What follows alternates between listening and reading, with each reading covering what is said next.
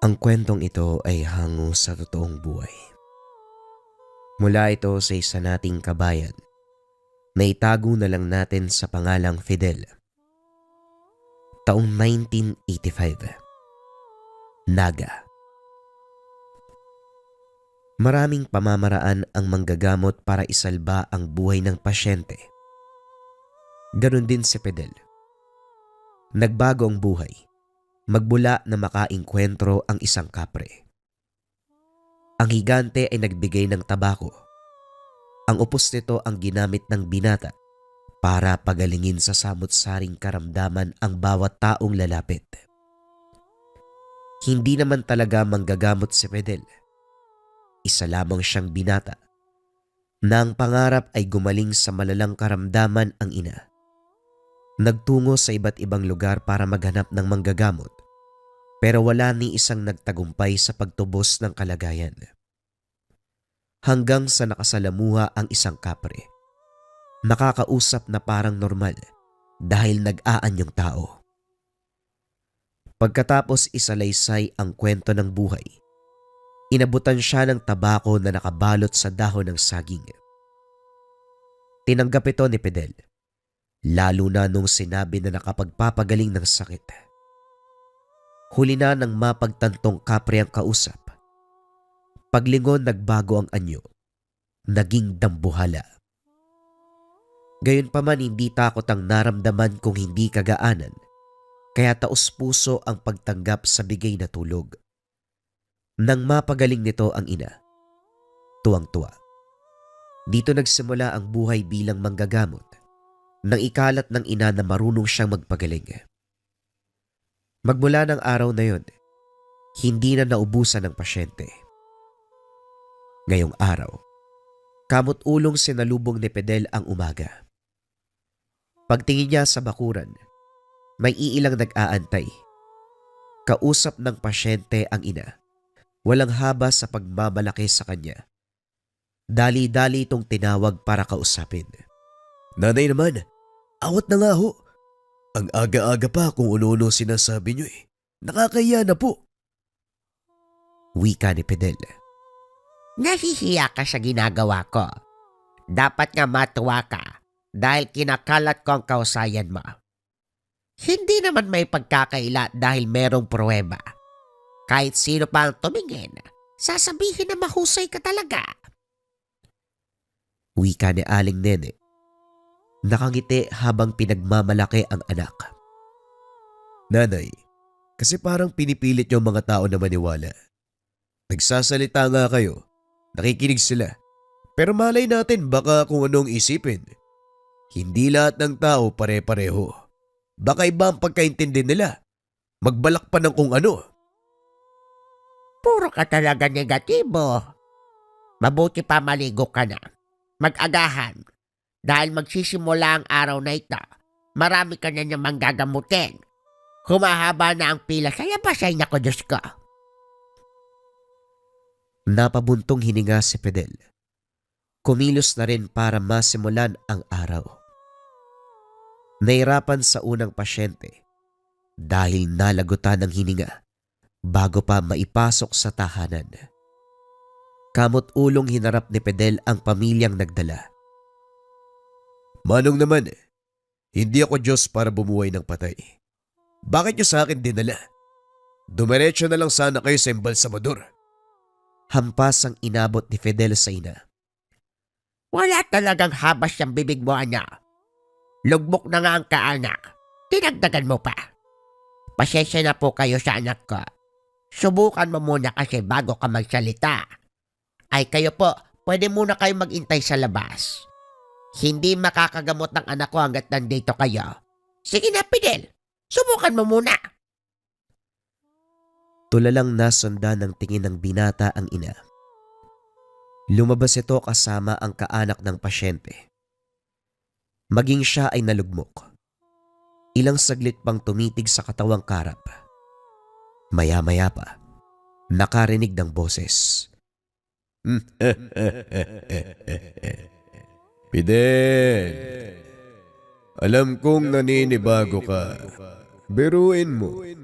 bubuhay ka ng patay. Pero wag kang mag-alala. Ilang minuto pa lang ang nakakalipas.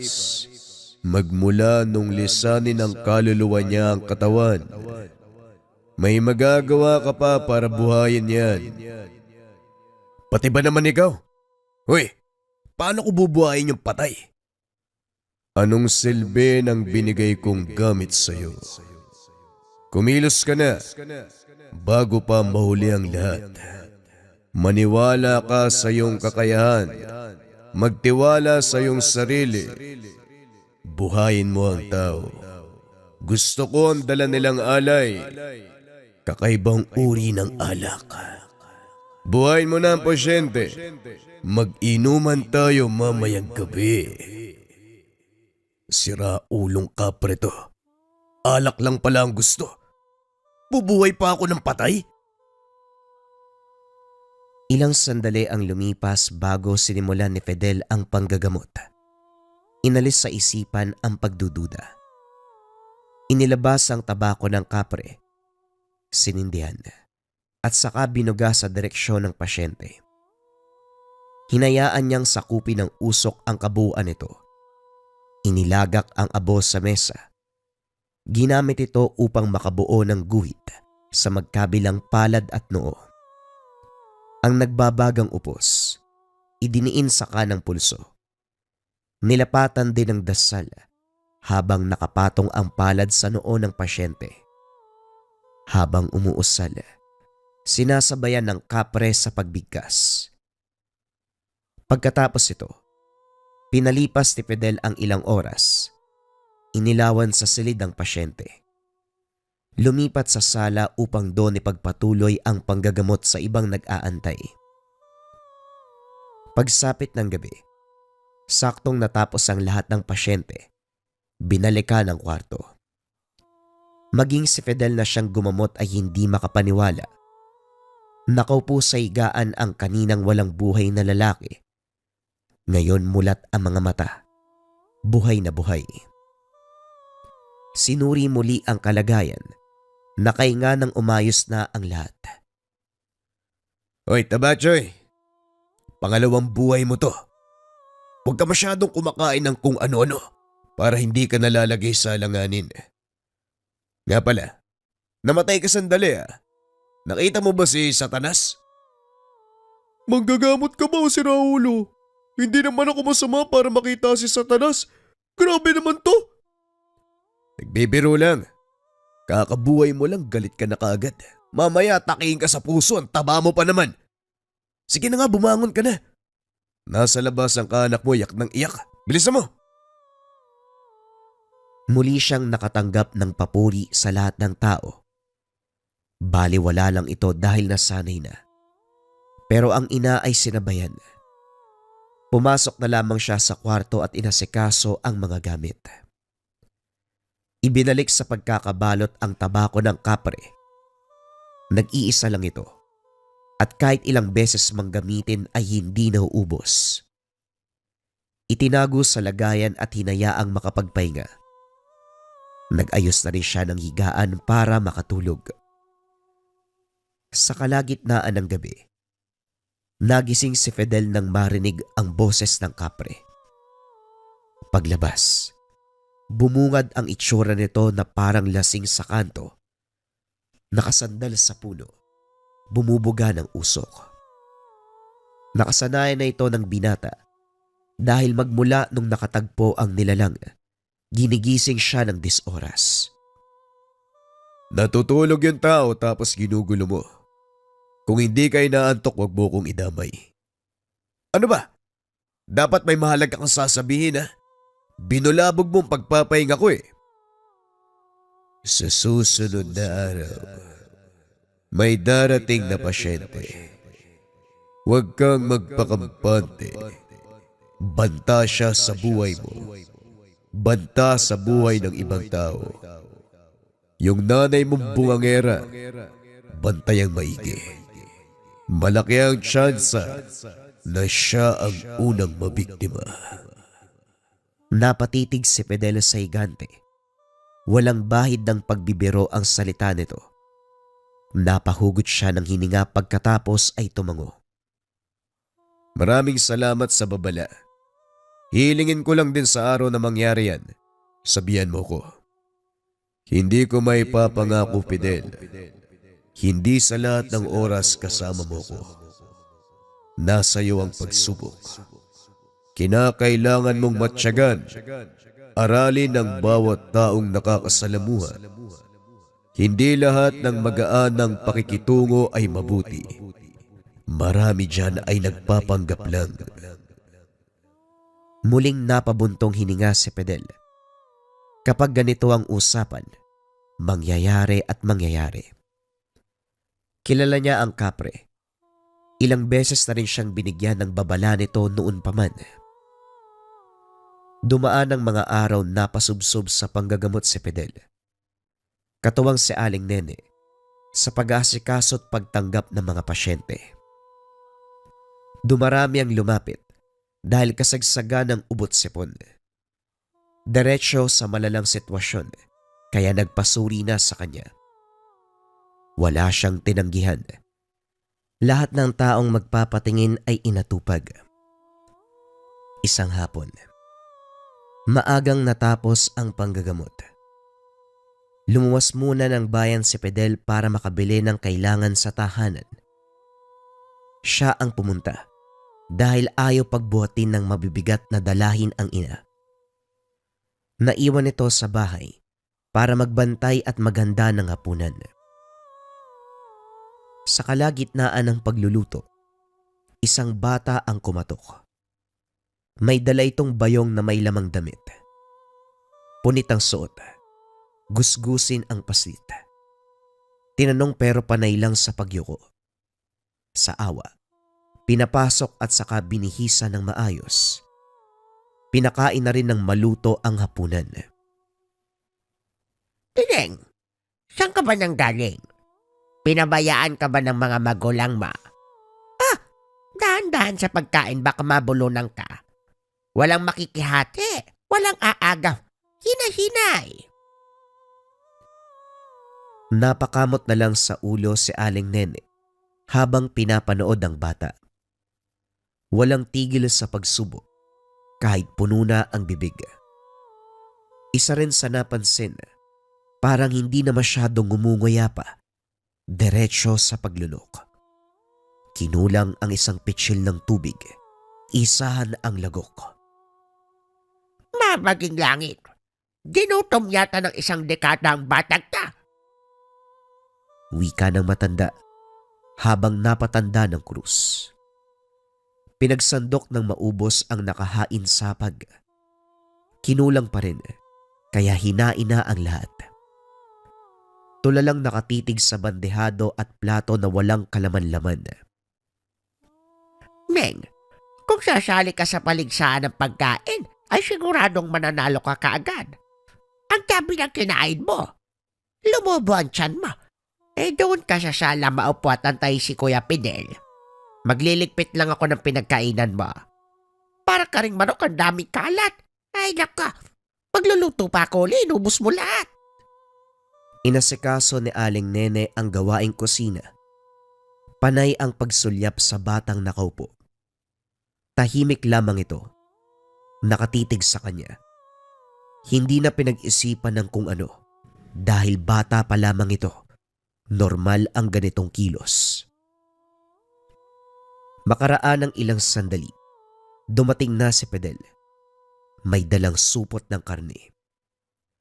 Pagkapasok ng tahanan ay nagulat ng biglang agawin ng bata. Nanlaki ang mga mata.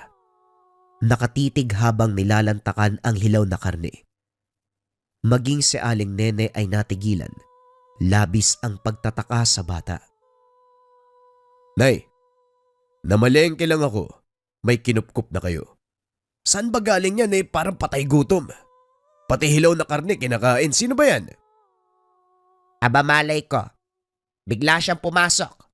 Pinapasok ko kasi walang kasama Inubos na niya ng niluto ko. Pero parang walang kabusugan. Tignan mo. Kinain pa yung dala mong karne. Oy Neng, ano bang pangalan mo? Saan ka ba galing? Bakit parang ginutom ka ng ilang taon? Napabuntong hininga lamang si Fidel. Hindi siya pinansin. Tuloy sa pagkain ng hilaw na karne. Kukuhain sana kaso ayaw ibigay. Naganda na lamang siya ng pampatunaw na gamot. Pinainom dito pagkatapos. Tahimik ang bata. Matalim ang titig lalo na kay Aling Nene. Wala namang naramdamang kakaiba si Fidel, kaya hindi muna gumawa ng hakbang, pero iba ang nararamdaman sa bata. Binakante ang kabilang silid para doon ito patulugin. Tinabihan nito ng ina, kinantahan at saka pinaypayan para makatulog kagad. Kasabay nito ay hindi na mapakali si Fidel. Panay ang ikot sa higaan. Ilang beses na bumangon pero hindi alam ang dahilan ng nararamdaman. Parang may gumugulo pero hindi alam kung saan galing. Hindi pinatulog kaya naupo na lamang sa kusina para magkape. Sa hindi inaasahan, napalingon nang marinig ang kaluskos mula sa kwarto. Dali-daling sinilip. Kunot noong napatingin sa bintanang maluwag na nakabukas. Nagtatakang nilapitan at saka isinara. Lumabas na rin upang hindi maistorbo ang natutulog na si Aling Nene at ang bata. Napangiti pa siya nang makitang nakayakap ang paslit sa ina. Kinabukasan hindi muna tumanggap ng pasyente si Fidel dahil ibinuhos ang oras sa pagtulog. Sa kabilang banda, tutok naman sa gawaing bahay si Aling Nene. Hinayaan nito ang bata na maglaro sa bakuran.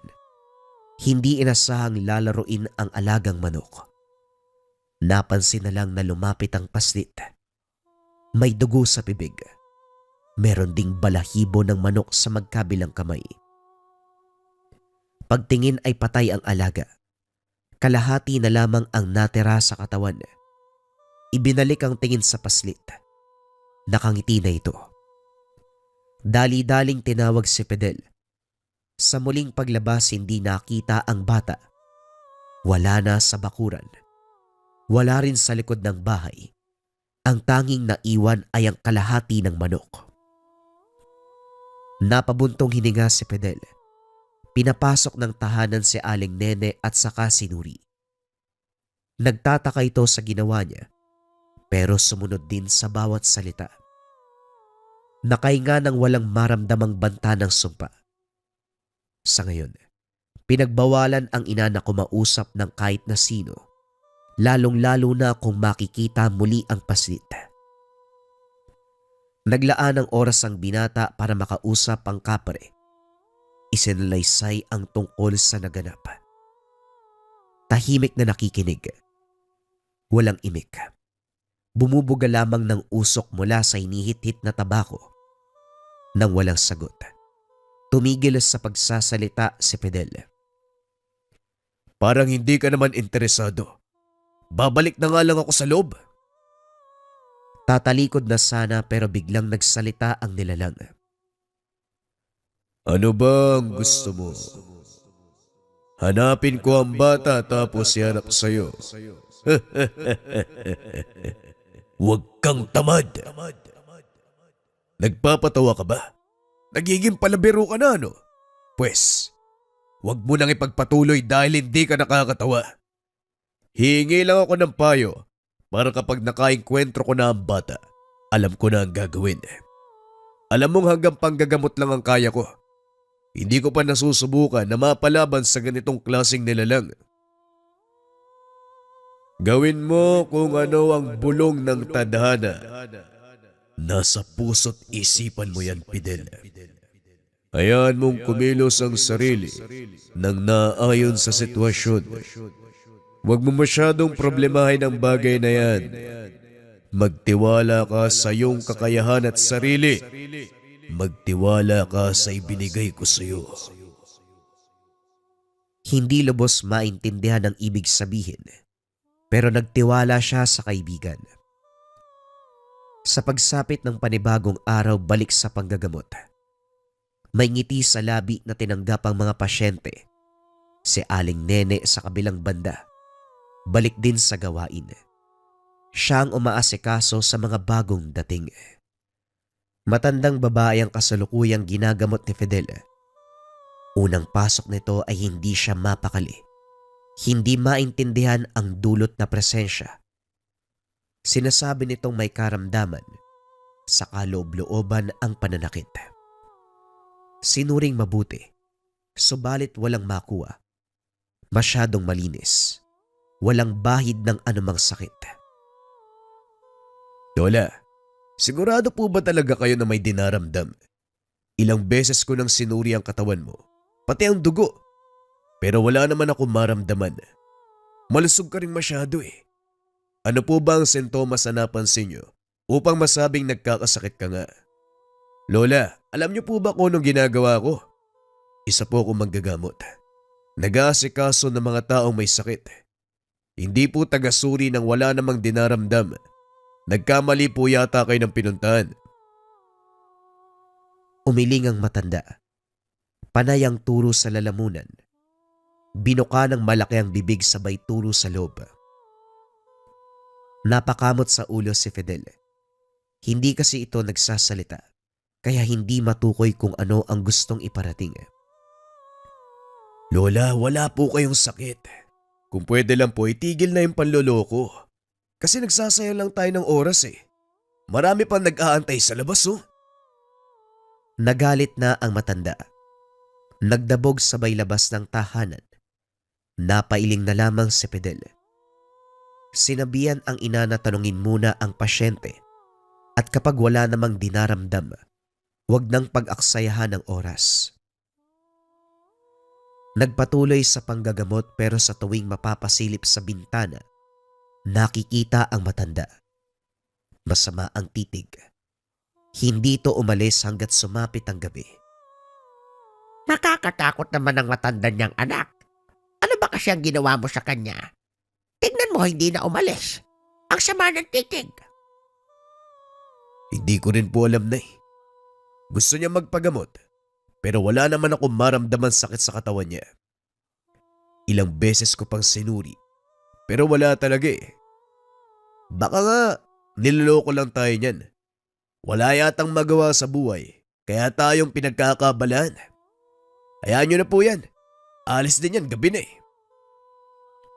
Sa lagay niya yan, parang hindi aalis oh. Papasukin kaya natin tapos tanungin. Yan ang wag mong gagawin ay. Nadali ka na ng paslit nung nakaraan. Tapos yan naman ngayon. Ikaw talaga, ang bilis mong mag-isip ng negatibo. Hindi dahil naisaan tayo ng bata. Ganon na din ang mangyayari sa atin dyan sa matanda. Isa pa, hindi ka ba naawa sa kanya? Gabi na nasa labas pa rin siya. Umaambo na nga eh. Kapag yan nagkasakit o namatay. Dahil sa lamig kargo mo. Nanakot ka pa talaga. O sige na eh. Tawagin natin. Bantay sarado ni Fidel ang kilos ng matanda. Nasa tahanan na ito. Inaruga ni Aling Nene. Pinakain. Pinainom. Binihisan na rin. Mabilis itong natapos. Kinausap kagad. Lola, maaari po ba magtanong kung ano ang sadya niya? Kanina pa kayo tingin ng tingin sa bahay namin eh. May nagawa bang mali ang anak ko? Hindi sumagot ang matanda. Bumubuka lang ang bibig. Panay ang pagturo sa lalamunan. Lumilikha lamang ng halinghing. Hindi makapagsalita. Palagi lang itong sumisenyas pero mahirap intindihin. Napabuntong hininga na lamang si Fidel. Hindi rin pwedeng itaboy ang matanda dahil bukod sa gabi na. Hindi alam kung meron pa itong uuwian. Kaya naman hinayaan niyang manatili sa tahanan. Bantay sarado pa rin ang binata kahit tulog na.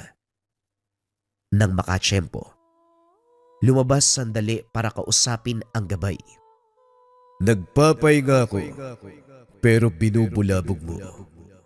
Ano ang importante mong sasabihin? Huwag ka na magmaang-maangan dyan. Alam kong alam mo na may matanda sa loob. Nung nakaraan bata ang bumisita, kamunti kang mabiktima si nanay. Ngayon ba? Ano sa palagay mo? Anong meron sa matandang yun? Mapagkakatiwalaan ba? At saka, pwede bang ikaw magsabi ko noong kondisyon niya? Hindi namin maintindihan. Hindi makausap ng maayos. Gamitan mo nga ng kakayahan mo. Alamin mo. Hoy, Ulupong. Huwag mo kong inuutusan. Nanggugulo ka sa kalagitnaan ng gabi tapos mag-uutos ka pa. Problema mo yan. May mga pagkakataon na dapat ikaw lang ang lumutas ng mga bagay na ibinibigay sa iyo ng tadhana. Huwag mo nga akong pinagsasalita ng ganyan. Kailangan ko ng tulong mo. Anong gagawin ko? O sige na nga. Nakakaawa ka. May nangyari sa Ali. May kinalaman sa bata na naunang nagparamdam sa inyo. May nakain siya. Kailangan mong kunin bago pa mag-ugat sa kaloob-looban niya at maging ganap na nilalang. Alam mo ang ibig kong sabihin. Kailangan mong madaliin bago pa magkaroon ng halimaw sa tahanan ninyo. Pinatuloy mo pa naman. Ay, nako. O sige na. Matutulog na ako. Huwag mo kong guguluhin. Magtatanong pa sana ang binata, kaso naglaho na ang nilalang. Dali-dali na lamang bumalik sa tahanan at nag-antay na mag-umaga. Unang ginawa ay kinausap ang matanda. Naintindihan ang gusto niyang mangyari. Sinuri muli. Sa tulong ng gabay na kapre, napagtanto kung ano ang ibig sabihin ng pagtuturo sa lalamunan. Tama ang nilalang. May nakain na bagay. Determinado ang matanda na makuha sa kalooban ng bagay na yon. Nanatili siya sa poder ni Fidel.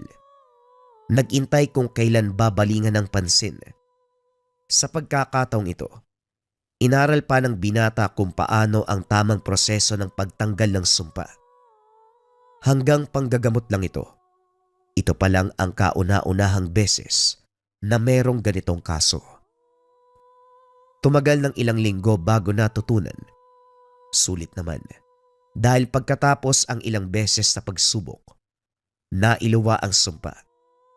Nakahinga si Fidel. Gayon din ang matanda. Tuwang-tuwa dahil ligtas na. Kampante ang binata na wala ng banta sa paligid. Nagpatuloy kasi ang ganap ng ordinaryong buhay. Puro panggagamot ang inaatupag. Sa kabilang banda, nagmamatsyag lamang ang paslit. Minsan nakikihalubilo sa mga pasyente. Minsan lumalapit sa bakuran. Pero kaagad ding umaalis bago mapansin. Nagtataka si Fidel dahil ilang pasyente na ang nagtatanong kung meron ba siyang anak dahil may bata sa tahanan nila. Kunot noong sasagot dahil hindi naman siya nakapag-asawa, ni nobya ay wala rin. Inisip na lamang na baka napagtripan lang ng mga ito ang pagtatanong. Pero nang si Aling Nene ang nagsabi, dito na kinabahan. Parang nakita ko uli yung bata. Yung halimaw na nanlin lang sa atin. Hindi lang ako sigurado ha. Parang siya yun eh. Ang hirap din kasing malaman dahil siksika ng mga tao. Tapos nakatalikod pa ang bata. Pero kahubog niya talaga. Kailan mo siya nakita, Nay? At saka, anong ginawa ng bata? May napansin ba kayo? Nakatalikod lang siya. Naglalakad palayo tapos biglang nawala. Ang sabi ng ilan sa pasyente, may batang umaaligid dito. Nakausap pa nga raw nila eh. Sa tingin mo, posible kayang bumalik yung bata tapos pinaglalaroan tayo? Natahimik si Fidel. Napahugot ng hininga. Maging siya ay hindi alam kung ano ang isasagot. Nagpaalam siya sa ina. Lumabas para sana kausapin ng kapre, kaso hindi ito lumitaw. Ibinuhos na lamang ang oras sa paglilibot sa lugar. Palakad-lakad habang nag-iisip. Hindi siya makapaniwala na may nakapasok sa tahanan. Wala siyang naramdamang bigat o banta ng presensya ng paslit. Ito pa lang din ang unang kaso ng ganito, kaya hindi gaanong napapansin ang maliliit na senyales. Habang patuloy sa paglalakad, biglang napahinto nang makita ang bata. Takip silim na, pero may kaunti pang liwanag. Kitang-kita ang pagmumukha nito na galit na galit. Naging malinaw kay Fidel ang katauhan nito nang unti-unting nagbago ang anyo. Humaba ang mga kuko. Naging pula ang mga mata. Itim ang katawan. Hubot-hubad. Tumambad ang tunay na anyo bilang aswang. Ngayon lang din nanuot ang samyo. Hindi maiwasang mapatakip ng ilong. Siguro mataas na orasyon ang ginamit mo para hindi ka mapansin kagad. Hanga ako sa'yo ha. Bata ka pa pero ang dami mo nang alam. Siguraduhin mo lang na kapag susugod ka, kaya mong tapatan ang gagamitin ko sa'yo. Kalmadong inilabas si Fidel ang tabako. Sinindihan at saka hinit-hit. Sa sandaling umatake ang aswang, ibinuga sa direksyon nito ang usok. Nakita ng binata kung paanong napaiwas ang nilalang. Napangiwi matapos matamaan sa balat. Usok lang, pero nagtamo ng paso sa balikat. Muli itong sumugod. Ganon pa rin ang ginawa ni Fidel. Sa pagkakataong ito lalong nagalit dahil napuruhan sa binti. Sinalubong ito ng tingin habang umaangil. Mabuti pang bumalik ka sa anyong tao para magkaintindihan tayo. Hindi ko inaral ang pag-angil kaya wala ko nauunawaan. Muling sumugod ang aswang. Pasimpleng inalaga ni Fidel. Hinayaan itong umatake hanggang sa nagkusa sa pagtigil. Hingal na tumabi. Matyagang nag-antay ang binata kung kailan ito muling susugod. Nakabuga ng ilang usok mula sa tabako. Kinukot siya ito sa pamamagitan ng dasal. Nang masagad ang galit, umatake na naman. Sa pagkakataong ito, tinapos na ni Fidel ang paglalaro. Tinutuo ang paglaban sa batang halimaw. Nagulat din ito sa lakas niya, lalo na nang mabugahan ng usok. Kagad ng hina, hirap na rin kumilos. Sa muling paglapat ng usok sa katawan, tuluyang napaluhod sa lupa. Hindi ko alam kung ano ang gusto mong mangyari, pero kamunti ka na si nanay. Hindi kita papalampasin. Maging ang matanda ay dinali mo. Sinamantala ang kapansanan. Malaki ang awa ko sa mga bata, pero kung isang aswang, hindi dapat patawarin. At alam ko rin na nagtatago ka lang sa anyong bata, kaya kailangan mo nang mamatay. Lumapit si Fidel sa kinalalagyan ng halimaw. Nilagak ang abo ng tabako sa ulo. Binugahan ng usok sa muka. Sa pamamagitan nito nagwala ang nilalang. Sinabunutan at sinaktan ng sarili. Kinikiskis ang balat dahil parang nalalapnos. Unti-unting lumabas ang totoong anyo. Isang matandang lalaki. Ubod ng payat. Halos balat buto na lamang. Panay ang buntong hininga habang pinapanood ang nagliliyab na nilalang. Umaalingaw-ngaw ang ingay nito sa buong dako, pero tanging si Fidel lamang ang nakakarinig. Nilapatan ng orasyon ng paligid para hindi mapansin ng iba ang nangyayari. Sa kalagitnaan, lumitaw ang kapre. Kagaya ng sinabi ko sa iyo, kusang dadating ang mga dapat mong gawin. Magtiwala sa sarili, magtiwala sa gamit. Kung para sa kabutihan ng pakay, kusa itong mangyayari. Oo na, ang dami mo pang sinasabing lasinggero ka. Pero maraming salamat sa iyo. Alam kong palagi kang nakaantabay, kaya nagkaroon din ako ng lakas ng loob na harapin ang pagsubok.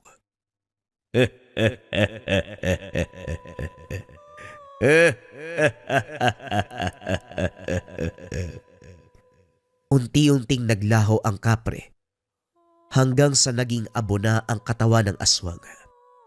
Halos hindi makatulog si Fidel sa kakaisip sa naganap.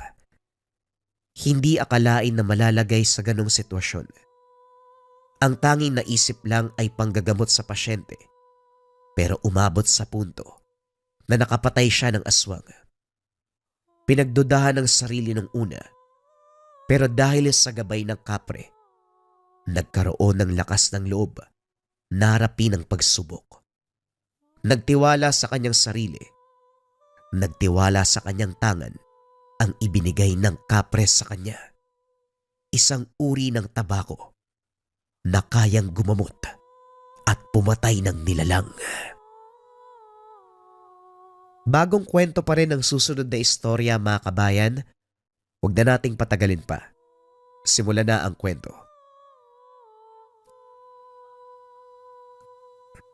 Ang kwentong ito ay hango sa totoong buhay. Mula ito sa isa nating kabayan na itago na lang natin sa pangalang Andeng. Walang eksaktong taon, probinsya ng Quezon. Bata pa lang si Andeng. Naniniwala na ito sa kasabihan. Kung ayaw mong gawin sa'yo, huwag mong gagawin sa kapwa mo. Kaya naman minabuti ng dalaga na mamuhay sa kasabihan. Tila walang kaaway ang dalaga na siyang kinakatawa ng pamilya. Sa probinsya ng Quezon, naninirahan ang 19 years old na si Andeng kasama ang nanay at tatay. Nag-iisang anak ang dalaga, ngunit kahit ganun pa man, ni minsan hindi naging makasarili, bagkus naging matulungin, mapagbigay. Kaya naman labis ang lungkot ng kaklase at guro nang malamang luluwas ang dalaga upang magkolehiyo. Kahit ang mga magulang, walang nagawa sa desisyon ng dalaga. Buo naman ang tiwala ng mga ito, ngunit hindi nila maiwasang mag-alala. Lalo na't bukod sa mag-isa lamang ito, hindi na bago ang mga bali-balita na biktima ng krimen ay kababaihan. Ganun pa man, natuloy pa rin ang dalaga sa pagluwas. Makalipas ang 4 na taon, bumalik na rin ang dalaga sa Quezon. Dala-dala nito ang mga kaibigang sina Dina at Rafael. Parehong laki sa Maynila ang dalawa.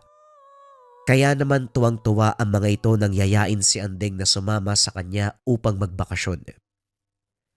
Ayon sa dalawa, sawang-sawa na ang mga ito sa mga gusali na nakikita sa Maynila at nais maranasan ang sariwang hangin, masilayan ang natural na kagandahan ng kalikasan. Katulad ni Andeng, magalang din si Dina. Nagmamano ito at gumagamit ng po at opo upang magbigay galang sa mga tao roon. Hindi katulad ng dalawa. Si Rafael ay may pagkamasungit. Kadalasan hindi kumikibo kapag kinakausap. Laking pagtataka ng mga magulang ni Andeng kung paanong naging kaibigan ng dalawa ang lalaking ito. Ayon kay Dina, hindi naman talaga masungit si Rafael. Kakaiba man, pero ito ang pag-uugali ng binata kapag nahihiya. Abay, kailangan yung kausapin ng lalaking yan. Hindi pwede yan dito. Baka sa susunod mapaaway. Kahit sabihin yung nahihiya lamang yan, paano naman yung mga hindi nakakakilala sa inyo? Wika ng tatay ni Andeng. Naunawaan naman ng dalawa ang pinanggagalingan ng tatay. Kinausap nila Andeng at Dina ang binata na kung maaari, bawas-bawasan nito ang pagsusungit. Dahil tulad nga ng sinabi ng ama, maaaring hindi maunawaan ng iba ang ganitong pag-uugali at magdulot ng away.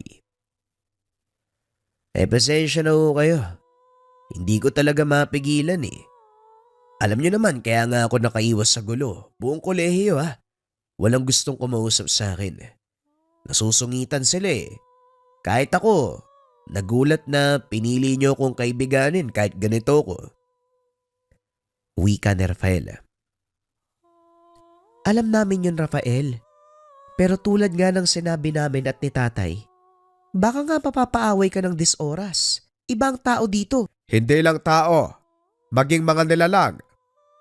Nagulat ang tatlong magkakaibigan. Biglang nagsalita muli ang ama. Si tatay naman kung ano-anong sinasabi Ipaliwanag niyo nga po. 4 na taon ka lang sa Maynila, anak. Huwag mo sabihin na nakalimutan mo na mga kwento dito sa probinsya. Pare-parehong may mukha ng pagtataka ang tatlo, kaya napabuntong hininga ang ama. Hindi ba? Bukod kasi sa mga tao, hayop at halaman, meron ding mga nilalang na nakatira sa kalikasan. Diwata, kapre, nuno, tikbalang, iba't ibang uri ng elemento at nilalang. Kaya dapat mag-iingat kayo palagi. Minsan, yung mabubuting tawang napipiling lokohin ng mga nilalang at biktimahin. Paano pa kaya yung hindi mabubuti? Anong kaya nilang gawin? Wika ng ama. Patuloy siyang nakatitig kay Rafael. At isa pa, mahilig gumante ang mga ito. Hindi magandang malaman kung gaano kalala ang maghataw ng parusa mga nilalang. Kaya naman ko ako sa iyo, iho, kahit na sabihin nating mabuti ang kalooban mo, pero kung ang pag-uugaling ipapakita mo ay hindi maganda, asahan mong balang araw may makakatapat ka. O siya, mauna na ako. Nagluluto sa bahay ng pagkain eh. Hindi kaagad nakaimik ang tatlo. Inisip mabuti ang sinabi ng ama.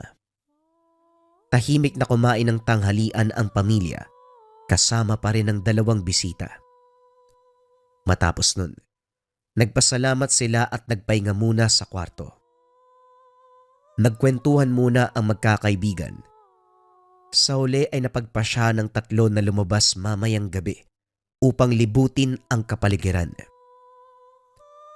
Pero doon lang tayo sa malalapit na lugar Kahit tahimik kasi dito, hindi tayo makakasigurong ligtas. Tandaan natin nagbabago ang panahon. Ayos lang naman kung ganon. Basta ang importante, marami sanang mapuntahan natin para naman sulit ang bakasyon. Wika ni Rafael na sinang-ayunan ni Dina. Nagpaalam si Andeng sa mga magulang na lalabas ang mga ito. Hindi inasahan ni Rafael ang sinagot ng ama. O siya, sige, basta mag-iingat kayo. Huwag niyong kalimutang bantayan ng kaibigan niyo, ha? Ayoko mapahamak kayo. Tandaan mo rin na dapat 9:00, nakauwi na kayo. Opo, tay. Mauna na po kami. Ay, kamuntikan kong makalimutan. Kung dadaan kayo sa lugar na mapuno, hindi sementado, o basta teritoryong alam niyong hindi sa inyo, huwag na huwag kakalimutan magsabi ng tabi-tabi. Magbigay galang kayo. Huling paalala ng ama bago tuluyang umalis ang tatlo. Grabe, hindi ko inaasahan na papayag ang tatay mo, Andeng. Akala ko stricto siya. May tiwala sa akin si tatay at hindi rin ako gagawa ng ikakasira ko dito. Habang naglalakad at nagkakatuwaan, napatigil si Dina na siyang pinagtaka ng dalawa. Bakit, Dina? May problema ba? Hindi sumagot ang kaibigan. Nakatitig lamang ito sa isang napakalaking puno ng balete. Parang nakakatakot yan. Puno ba talaga yan? Ngayon lang ba kayo nakakita ng puno ng balete? Hindi na nila sinuri pa. Nagpatuloy na lamang ang tatlo sa paglalakad at iniwasan ng puno. Gustuin man ni Andeng na ikwento sa kanila ang tungkol sa punong ito. Hindi rin niya alam kung ano ang sasabihin. Bukod pa rito, Pakiramdam ni Andeng na hindi tamang abalahin ng kalikasan lalo na sa gabi. Sa tingin niyo ba, totoo yung sinabi ng tatay ni Andeng? Wika ni Rafael. Wala namang mawawala kung maniniwala tayo eh. Mas ayos nang maniwala. Walang mangyayari kaysa sa hindi tayo maniwala tapos matuklasan nating totoo pala. Kung kailan huli na ang lahat na biktima na tayo. Bagamat tumahimik, sumang-ayon naman ang dalawa. Kalaunan nalibot na nila ang kapaligiran. Parang pareho lang ang mga nakita natin ah. Puro puno at alaman. Wala bang mga ilog o sapa? Bukas natin yung lilibutin, Rafael. Delikadong puntahan ng mga ganyan lalo na sa gabi. Madilim na oh. Baka hindi natin mamamalayan eh. Nahulog na pala tayo. Wika ni Andeng. Hindi ba kabisado mo na ang lugar na to? Oo, kaya nga sinasabi ko sa inyo, ipagpabukas na natin ang iba. Kung kailan maliwanag at mas ligtas. Iba ang itsura ng mga sapa at ilog sa gabi kumpara sa umaga, Andeng. Kung hindi natin ngayon titignan, kailan mo balak ipakita ang ganda ng mga yan sa gabi? Hindi kaagad nakaimik si Andeng. Nag-isip ito ng tamang maisasagot. Naalala ng dalaga ng dalin siya ng ama sa may sapa. Tunay ngang kakaiba ang ganda nito lalo na sa gabi. O siya, sige na. Titignan ko kung mahihingi ko yung tulong ni tatay para samahan tayo bukas.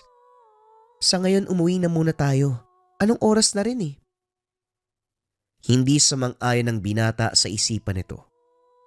Una pa lang, alam nito na hindi magaan ang loob sa kanya ng ama. Sa isip ng binata sa higpit nito, malaki ang posibilidad na hindi pumayag ang ama upang samahan sila.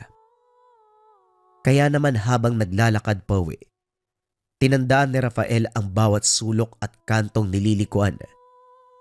Pagkarating sa tahanan, nag-ayos at naghanda na ang tatlo upang matulog.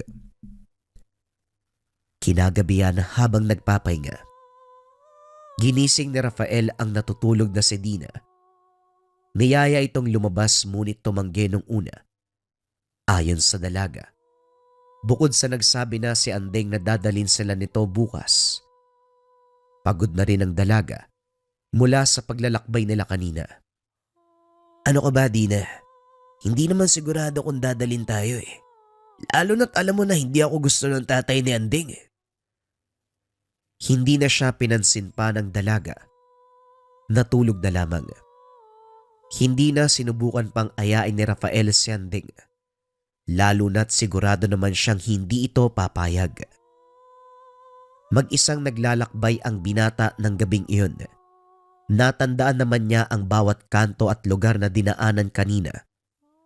Kahit mag-isa, hindi nakaramdam ng takot ang binata. Makalipas ang ilang sandali, muling nadaanan ni Rafael ang napakalaking puno ng balete. Dali-dali itong nilapitan at pinagbasnan. Bago tuluyang makalapit ang binata, naramdaman na parabang may pumipigil sa kanya. Parang may mali at wag nang magpatuloy sa binabalak. Matapos ang ilang sandali, dumiretso pa rin si Rafael na naig ang kuryosidad. Habang pinagmamasdan ng binata ang puno, labis itong namangha dahil hindi karaniwan ang itsura nito. Bagamat malaki, tila binubuo ito ng maliit na sanga na pinagdikit-dikit. Bukod sa mga dahon nitong berde, meron pang nakalambitin na dumadagdag sa kagandahan nito. Napansin din ng binata na maraming insektong naninirahan sa puno. May iilang ibon at iba pa. Labis ang pagkamangha ng binata, ngunit habang nasa kalagitnaan ng pagsusuri, biglang nakaramdam ng matinding kirot sa dibdib. Saglit lamang ito ngunit napakasakit. Dito napagpasya ni Rafael na bumalik na lamang. Baka kasi merong makapansin sa kanyang pagkawala. Habang umaatras, Biglang napamura ang binata. Nadapa kasi ito. Tila may natapakang maliit na burol ng lupa. Nagkaroon ng mga galos dahil tumama sa mga bato. Sa galit niya, sinipa ang burol na tumalisod sa kanya hanggang sa tuluyang nasira. Pagbalik ng binata sa tahanan, kagad itong nagbihis dahil nabalot ng dumi at lupa ang gamit. Ayaw niyang malaman ng mga ito na umalis siya ng walang pahintulot. Pagkatapos ay natulog na ito na para bang walang nangyari. Matapos ng gabing iyon, doon na nagsimula ang mga bangungot ni Rafael. Hindi niya sinabi sa mga kaibigan dahil wari nito naninibago lamang siya sa lugar. Tulad ng inaasahan ni Rafael, hindi nga pumayag ang ama ni Andeng sa gusto ng magkaibigan na ipakita sa kanila ang sapa sa gabi. Bagamat dismayado, mas nag-alala ang binata dahil ilang araw na ang lumipas. Patuloy pa rin ang mga bangungot. Nagigising ang binata sa sarili nitong pawis. Tuyong-tuyo ang lalamunan. Naghihikahos sa hangin. Halos umabot na sa punto na ayaw niya nang matulog pa. Ilang beses nang naranasang hindi makaalis sa mga panaginip. Bagamat iilang oras pa lamang ang dumadaan sa mga bangungot ng binata, tila ilang linggo na ang nakalipas. Nararamdaman niya ang mga sugat at galos sa balat kahit wala itong nakikita. Bagamat walang senyales sa labas, damang-dama ng binata ang sakit sa loob. Kahit na labis ang paghihirap na kanyang nararanasan, nananatiling tahimik pa rin si Rafael dahil ayaw niyang malaman ng kahit sino ang kanyang ginawa.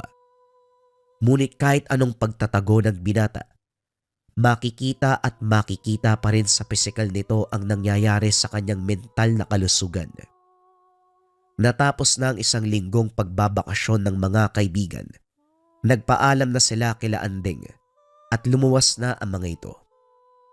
Pagkarating ng Maynila, napansin din na labis ang pagpayat ni Rafael. Ngunit kahit anong tanong ng dalaga, hindi ito nagsasalita. Lumipas pa ang ilang mga araw, mas malalim na ang mga itim sa mata ni Rafael. Mas nangangayayat ito at tila nawalan ng buhay ang mga mata. Kaagad kinausap ni Andeng ang kanyang ama upang sabihin ang nangyayari sa kaibigan. Nangingi siya ng payo sa ama. Halos hindi na nga po makilala si Rafael eh. Sobrang nagbago na po yung itsura. Hindi kaya may nagambala siyang nilalang? Tay, seryoso po ako. Alam ko na hindi magaan ang loob niyo sa kanya. Pero hindi normal ang nangyayari eh. Hindi ako nagbibiro, anak. Seryoso ako na baka meron siyang nagambalang nilalang. Kayo na nagsabi, pinasuri niyo na sa iba't ibang manggagamot ang batang yan, hindi ba? Pero ano? Walang nakita. Baka naman hindi na doktor ang kailangan nyo. Baka albularyo na. Dahil wala nang ibang maisip ang dalawang dalaga, nagpa siya ang mga ito na lumuwas muli at dalhin si Rafael sa probinsya. Pagkarating nila Dina at Rafael, hindi makapaniwala ang mag-ama sa kanilang nakita. Tila kalansay na lamang ang binata sa sobrang kapayatan. Lubog ang mga pisngi. Napakalalim ng mata. Halos hindi na tao ang kalagayan nito. Kahit ilang araw pa lang sa syudad, tila ilang taon na itong hindi nakakain. Huwag na tayo magsayang ng panahon. Dali na natin siya sa albularyo. Sumakay ang apat sa tricycle at makalipas ang ilang oras ay nakarating na sila sa lugar. Nag-iisa ang medyo malaking kubo. Nababalot ito ng mga ligaw na halaman at iba't ibang uri ng puno at bulaklak. Tila paraiso ang itsura sa paligid sa ganda ng kalikasang bumabalot dito. Aling Narda, nandiyan po ba kayo? Tao po! Isang binatilyo ang sumalubong sa kanila. Hindi to umimik. Tinignan lamang. Nanlaki ang kanyang mga mata nang makita si Rafael. Pasensya na po kayo sa abala. Pero nandyan ba si Aling Narda? Manghingi lang po sana kami ng tulong. Hindi pa rin nagsasalita ang binatilyo. Binuksan lamang nito ang pintuan. Itinuro ang direksyon kung saan sila pupunta. Nagpasalamat ang ama sa binatilyo at pumasok silang lahat sa loob. Napakalaki ng bahay. Kahit kubo lamang, mukhang gawa sa matitibay na kahoy. Napakaluwag ng tahanan. Bagamat simple lang, makikitang alagang-alaga ito. Lumabas ang isang matanda mula sa silid. Bagamat kulubot ang balat, itim at mahaba ang buhok. Kahit nasa edad na 80, aakalain mong nasa 40 lamang. Hindi na nagpaliwanag pa ang ama. Isang tingin lamang ni Aling Narda kay Rafael. Alam na kagad ng matanda kung ano ang nangyari. Yan ang napapala ng hindi nakikinig. Sinabihan ka na at binigyan ng babala ng mag-ama. Pero napakatigas ng ulo mo. O siya, iupo siya dyan sa upuang yan. Magsimula na tayo. Ano pong ibig niyong sabihin, Aling Narda? Ano po ba nangyari kay Rafael? Abay, matigas ba naman ang ulo? Ginambala niya ang mga duwendeng naninirahan sa may puno ng balete malapit sa inyo. Nandito sila kasama ng binatang yan. Pero hindi nyo lang nakikita. Gumaganti ang mga ito at hindi nila lulubayan ang binatang yan hanggat hindi na ibabalik ang kanilang tahanan.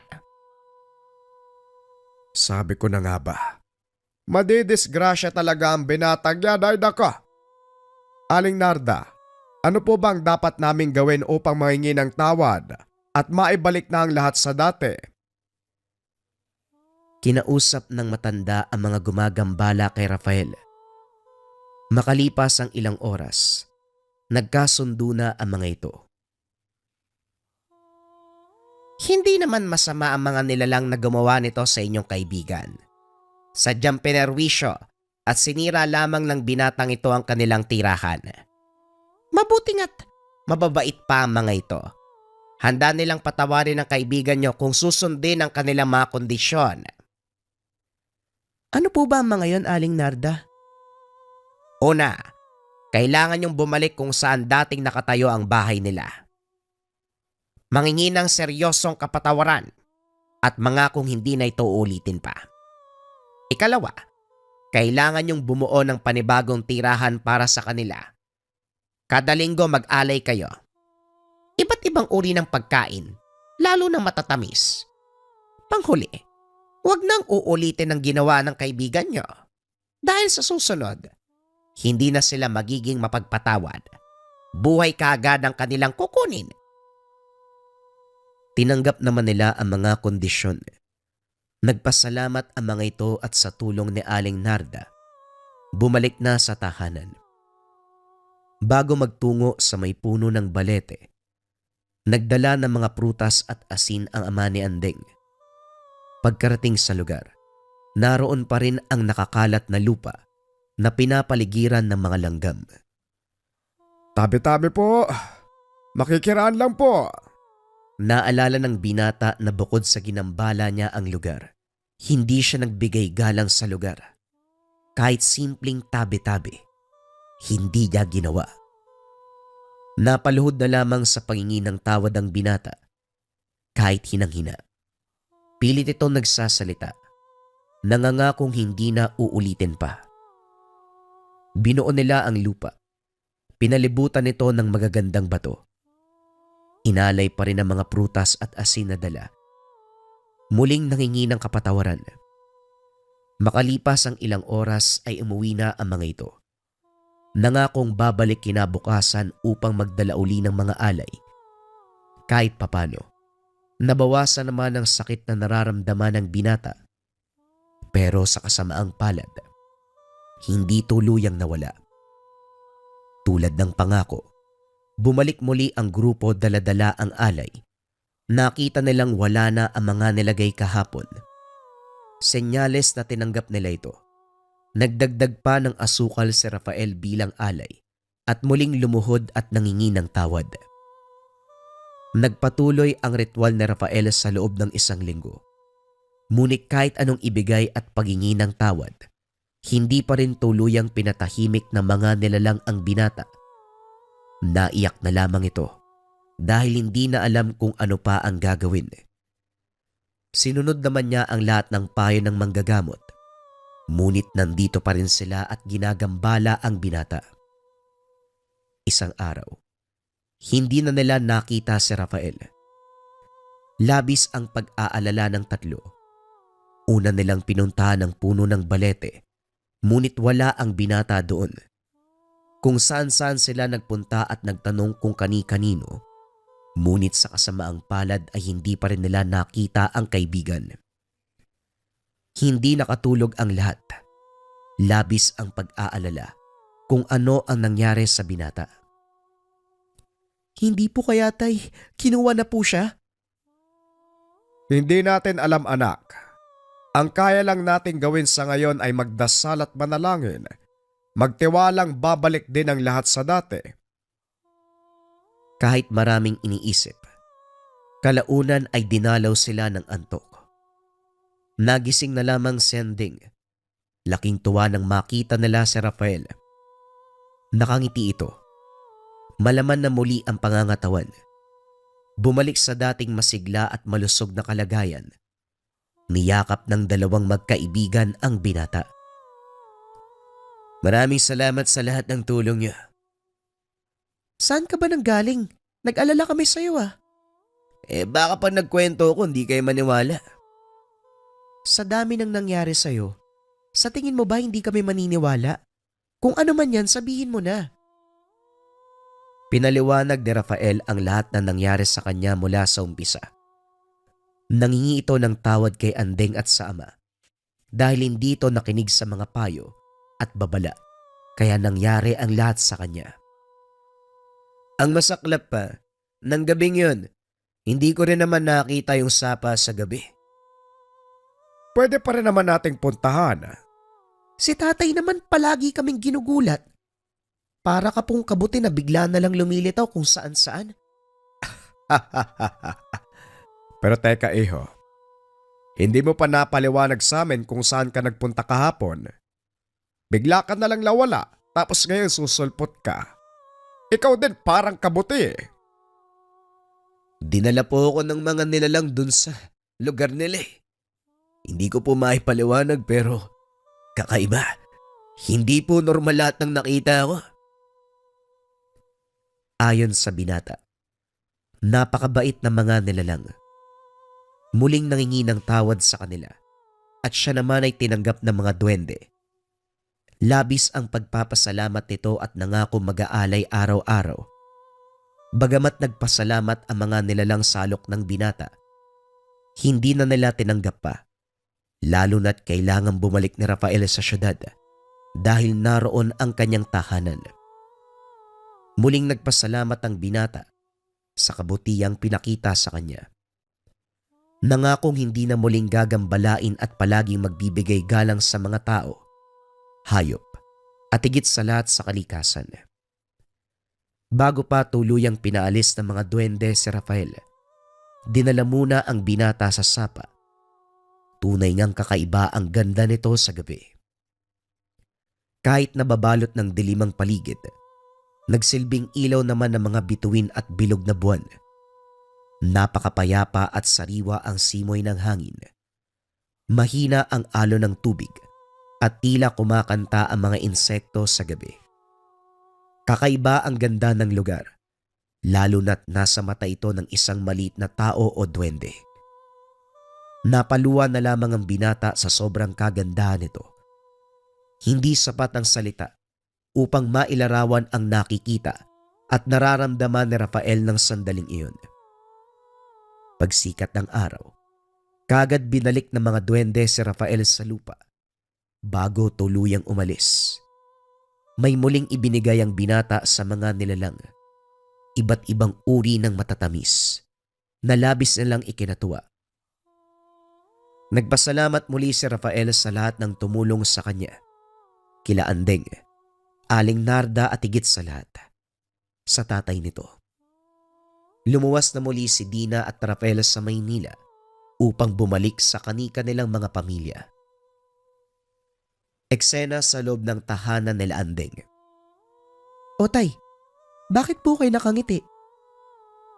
Mabuti naman at nagbago ang kaibigan nyo. Akala ko habang buhay siyang magiging ganon. Paano nyo ba kasi naging kaibigan yung Rafael? Pinaliwanag ng dalaga ang pangyayari ng kolehiyo. Ayon dito, naunang maging magkaibigan si Dina at Andeng. Parehong iskolar ang dalawa kaya naman nagkasundo. Dahil parehong bago ang dalawa, hindi nila alam na meron palang sistema sa paaralan.